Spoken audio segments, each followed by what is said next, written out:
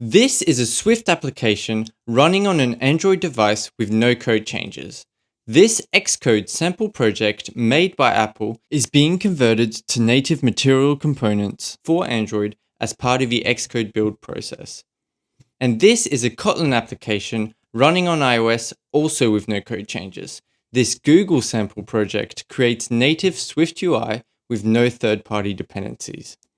Both of these projects are shipping native cross-platform applications without any additional developer work or abstraction layers. The cross-platform development landscape is changing.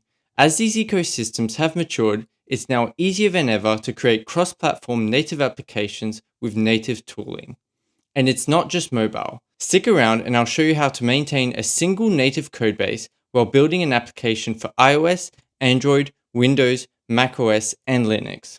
Flutter, React Native, Ionic, and Electron all either have a worse developer experience or result in a worse user experience when compared to native tooling. Previously, these disadvantages were outweighed by the advantage of halving the amount of work required for cross-platform development, but that won't remain the case for long. A lot of smart people and influential companies are working hard to make the portable native codebase dream a reality. Kotlin is the language used for Android development. The UI framework for Kotlin is called Compose. Historically, it's been used to create Android and desktop applications, but they recently added the capability to build native Swift UI applications using existing Kotlin code. This is an example of a Compose application running on an iOS device.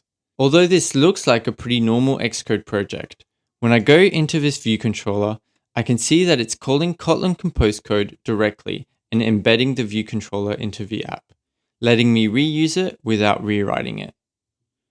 If you prefer using Swift over Kotlin, you are also in luck. But since Apple is inherently more closed than Google, the tools aren't integrated directly into the ecosystem, but you still have a few options for cross-platform development.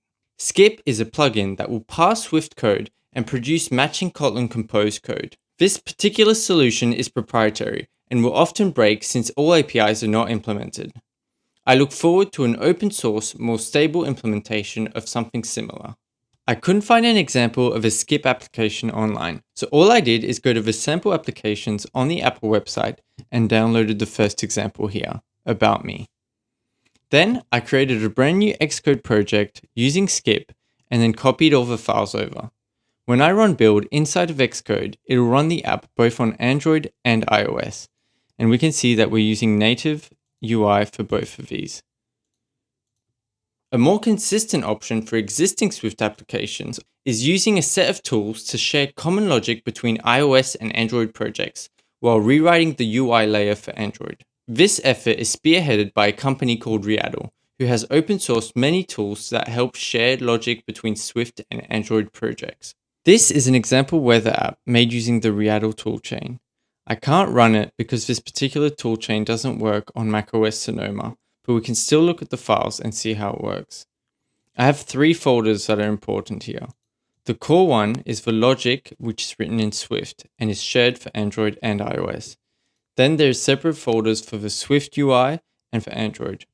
As you can see, the core of the application is written in Swift. There's not a lot to it here, it's just an API that calls for weather data. And then we have a separate Xcode project that includes the UI for iOS and macOS, and then another project which has the UI for Android. It's a little bit of extra work, but it gives you more customizability. Google and Apple have put a ridiculous amount of effort to make the developer experience on their platforms as pleasant as possible. They stand to gain everything from having the best possible apps on their devices. They've both created dedicated IDEs and emulators with purpose-built programming languages and powerful APIs.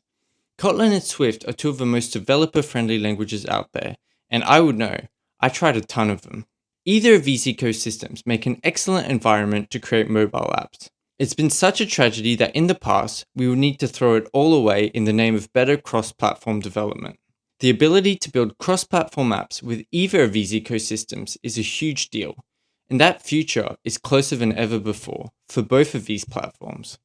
Apple and Google have put a lot of work into the user experience on their platforms.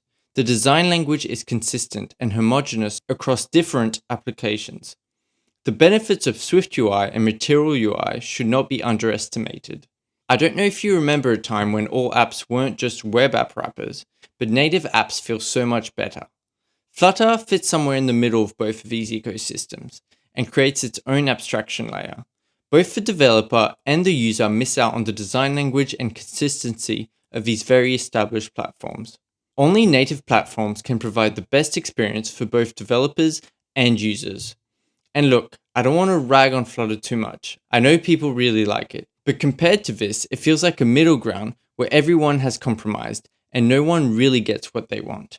If you go native, you know at least one set of users is getting the best possible experience, and the other is getting a translation layer that's comparable with what they would have with Flutter anyway. But why stop there?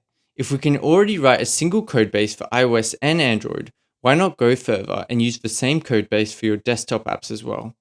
The browser company recently released a Windows version of their Swift application by recreating WinUI components in Swift. You can share application logic between all platforms, but use Swift with specific bindings to create different UIs. This is the Windows sample app provided by the browser company that shows how to use Swift to create Windows applications.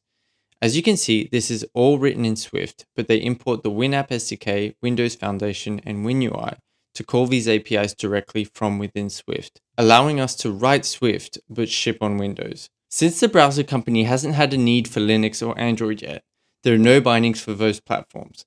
But these projects are open source, so it's only a matter of time. If you want to write a cross-platform application for mobile and desktop, including Linux, using native tools today, your best bet is the first tool covered in this video, Kotlin Compose. Compose does more than code generation. It uses application binary interfaces to call Kotlin code in other languages directly. The team have created bindings for all major platforms, so Compose can actually run anywhere, even embedded systems. This is an example of an app that runs everywhere. The Compose team provide this to-do app that can run on all platforms. You can have as much shared or platform-specific code as you want to. And it's all Kotlin and it's all Compose. We can run on Android, iOS, macOS, Windows, and even Linux. Clearly, I enjoy using native tooling. Kotlin and Swift have honestly changed the way I think about programming languages. They are just so pleasant. But whatever tooling you do use, whether it is native development, or Flutter, or React Native, or progressive web apps, the developer and user experience across all tooling is better than it has ever been before. We are so lucky to be a part of this renaissance in software engineering. There has never been a better time to turn your awesome idea into a delightful app. Whatever tool you use, I can't wait to see what you create.